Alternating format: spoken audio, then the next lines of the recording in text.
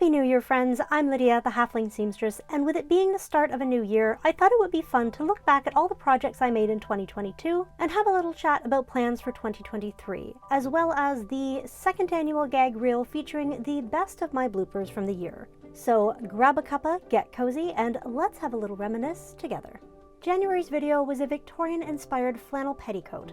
I love how cozy this turned out, and now that I have more than just one walking skirt in my wardrobe, I can see it getting a lot more use this winter. I just wish I could make a trouser version to wear at work. In February, I finished my Regency short stays. This was the closest I've gotten to sewing a corset, and was a challenge both physically and mentally. It's a weird feeling when the garment matches the historical silhouette you want, but is so entirely different from everything you're used to. It was also physically challenging because it was entirely hand-sewn, and couture is heckin' stiff, and you can't backstitch the same way you do with lighter weight fabrics. Also, I stabbed my fingers so many times it stopped being funny. You have no idea how much your hands bleed when you're sewing until you are working with pure white fabric. So, yeah, fun project. Canadian winters last for what feels like forever, and so I am always on the hunt for projects that I can show off without leaving the house, which is why March's project was a Victorian bustle pad. This was a fun little project, but didn't turn out quite as neat and tidy as I hoped. It was, however, a great way of using up lots of scrap cabbage for stuffing. In April, I made a fidget muff, which was a little bit out of my normal wheelhouse, but it was fun to just throw stuff together and have it turn out. I haven't got quite as much use out of it as I thought I might, mostly because I put it in a drawer and forgot about it. Out of sight, out of mind, the joys of being neurodivergent. I also bought a historical mystery box in April and had so much fun discovering all the treasures inside.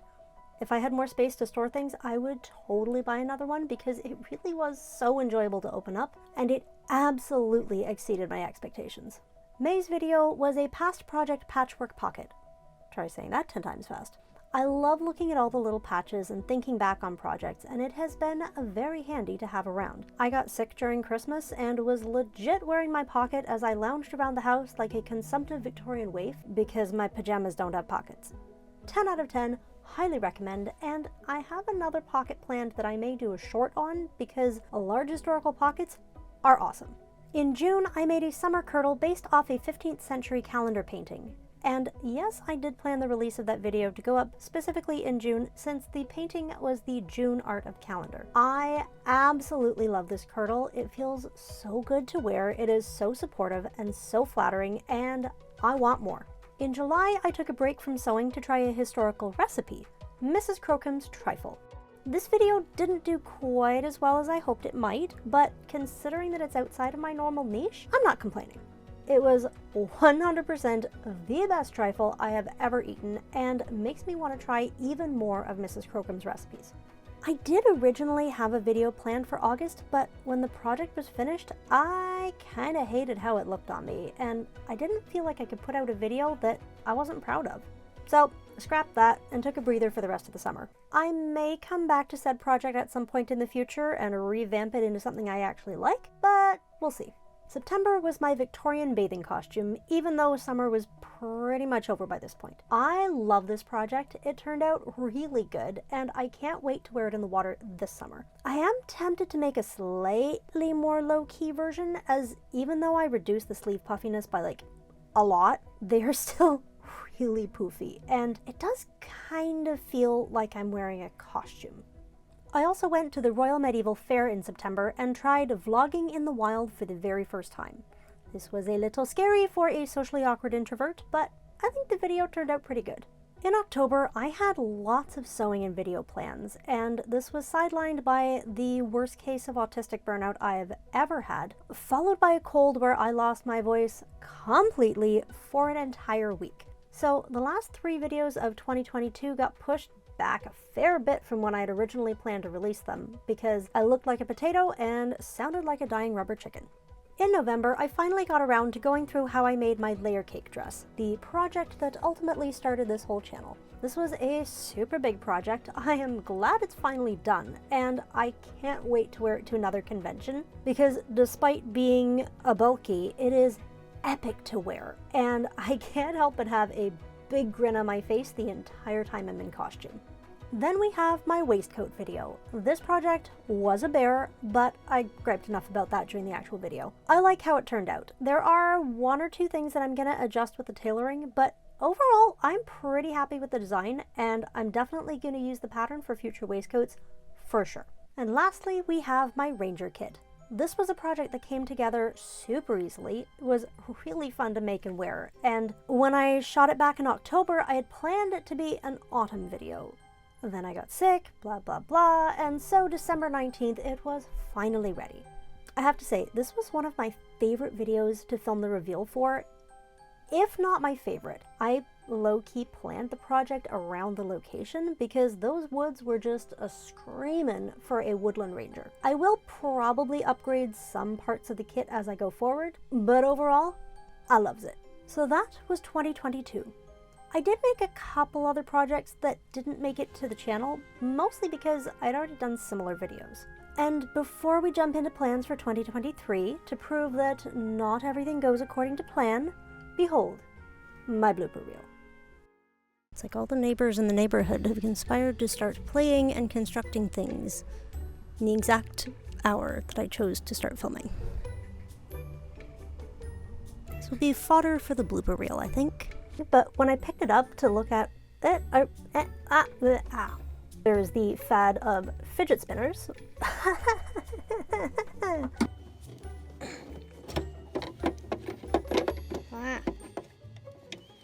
Really? Oh yes, such a professional YouTuber. And suddenly I forget everything I was about to say. The clickbaity thumbnail and title that this video is going to have that because I bought a take 3. So I have been okay, do that part again. It arrived on April 16th. It is now, no it didn't. So first off, we have to talk about draft. What am I doing with my hands? Try it on first. What am I even doing? That sounds stupid. Once you get into the rhythm of the movements,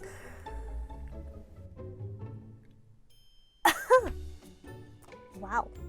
So I will definitely be trying this technique again. That should be a vocal warm-up. Technique again. Make the skirt shorter for a more modern... Wow, apparently it makes the algorithm happy. That probably came out really creepy. But a closer look at this manuscript... a manuscript. What am I trying to call it? A manuscript. It's because my camera did not know what to do with itself while handling that. It's because my camera did not know what to do with itself.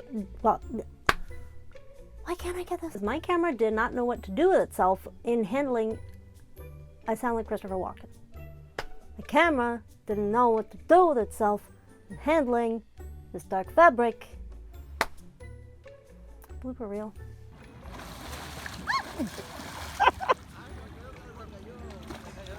And in fact, I must give a heads up. A heads up. The pattern calls for one button to be... I'm doing the things with my hands. Didn't lose a shoe. The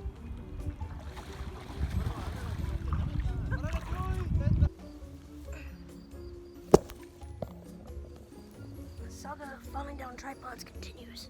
Is this going to work and be fun, or is this going to be silly? Neighbors going by, the joys of recording outside. Waiting for the sound of silence. Okay. Pearl necklace. Bracelet. Keeping... I love the sound of happy playing children, but not when I'm trying to record.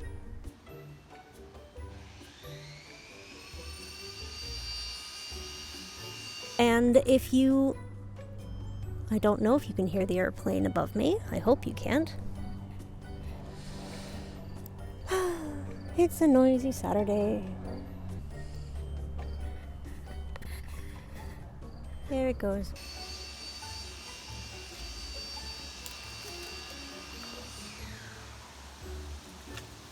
Waiting on the wind.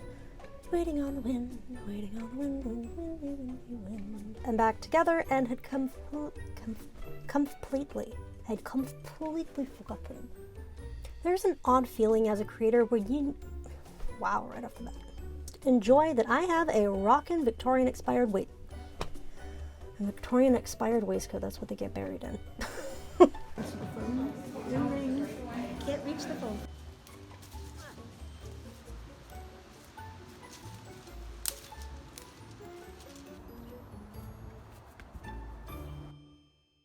So, what does 2023 have in store? Ultimately, none of us really know, do we? But I can tell you what my goals in an ideal situation are. In my mix of large and smaller projects planned, I have 4 kind of big projects in mind this year, plus a couple of possibilities that I'm kind of kicking back and forth for the end of the year, depending on how things play out. And I'm saying these here not as a promise that each and every single one will turn out, but as a way of helping to commit myself to the projects. 1. I want to try and make an Edwardian corset. Corsets have always been the big scary thing since I started my historical costuming journey. They always seemed like such an insurmountable project that required such an immense level of skill that was way beyond me. But now, 3 years into sewing seriously, I think I might be ready. No promises, but fingers crossed.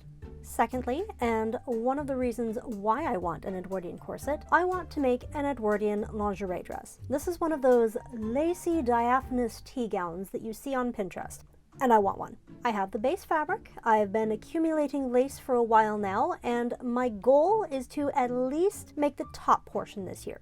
See, I want a lingerie dress, but I'm planning to cheat a little bit and make it as separates so that I can either have a tea gown or I can wear it with any of my walking skirts. Thirdly, I want to make a history-bounding kirtle. Something more modern than my 15th century kirtle, but that still gives off a historical vibe. Of all my big project plans this year, this is definitely going to be the easiest. Fourthly, I want to make a coat. And I want your feedback on this. I have 2 possible patterns and I can't decide which one. I could make a pirate coat a la Killian Jones, or I could make an Edwardian duster a la Julia Ogden in the Murdoch Mysteries episode Cometh the Archer. So let me know in the comments which one you would like to see. I will make both at some point, but which one would you be interested in seeing first? So that is the big plans for projects. I have other videos planned as well, obviously not just those 4, but those are kind of the biggies. Again, I don't know how many of these will actually get done, hopefully all, but the best laid plans of mice and men often go awry, so I am giving myself permission to go easy on myself if I hit a roadblock. That said, I do have goals regarding the growth of the channel, some of which I have control over, some of which is more dependent on viewers like you. I'm aiming to upload at least 1 video a month, which means that if things go well and I get ahead, I'll put out extra videos. But if I need to catch my breath, I'll still have 12 videos going out this year. I am still recovering from autistic burnout, which hit me like a ton of bricks, and I need to be nice to myself. I want to make sure I'm enjoying my time on YouTube, otherwise, what's the point? I've also made it a goal to keep learning how to level up my post-production skills in terms of video and music editing to help tell a story better. I love both watching and making cinematic reveals, and I want to get into the nitty-gritty of how to make that happen. In an ideal world, in 2023, I would love to get monetized, which means that I would be earning money from the ads watched on my videos, and my hobby would start to pay for itself. To reach that goal, you need 1,000 subscribers, which I have, and 4,000 hours of watch time in the last 12 months. The second part is the tricky bit. Right now, on average, I'm sitting around 2,000 hours of watch time. So the more you watch, the closer I get. Win-win. Lastly, I would love to double my subscriber count by the end of 2023, which would put us in at just under 2,500 internet friends. So if you're watching and you're not subscribed, and you like geekery meets history sewing adventures, please consider hitting the subscribe button. I have lots of fun plans this year, and I can't wait to take you along with me.